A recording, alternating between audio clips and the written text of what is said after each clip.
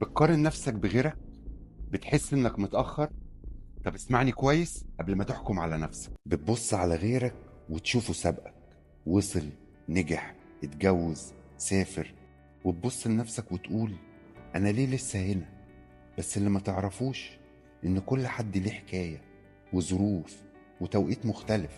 اللي انت شايفه ناجح يمكن بيمر بتحديات انت ما تتحملهاش، وانت اللي شايف نفسك متأخر يمكن ربنا بيحضرك لحاجة أكبر بس لسه ما جاش وقتها.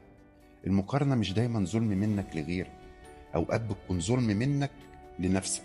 السباق الوحيد اللي لازم تبص فيه هو بينك وبين النسخة اللي كنت عليها امبارح. قارن بس بنفسك مش بحد تاني. سيب لي تعليق تقول فيه أنا ماشي في طريقي، وشارك الفيديو مع حد يكون محتاج يسمعه، وما تنساش تعمل لي لايك وفولو عشان نكمل الرحلة مع بعض. بس كده، من واقع الحياة.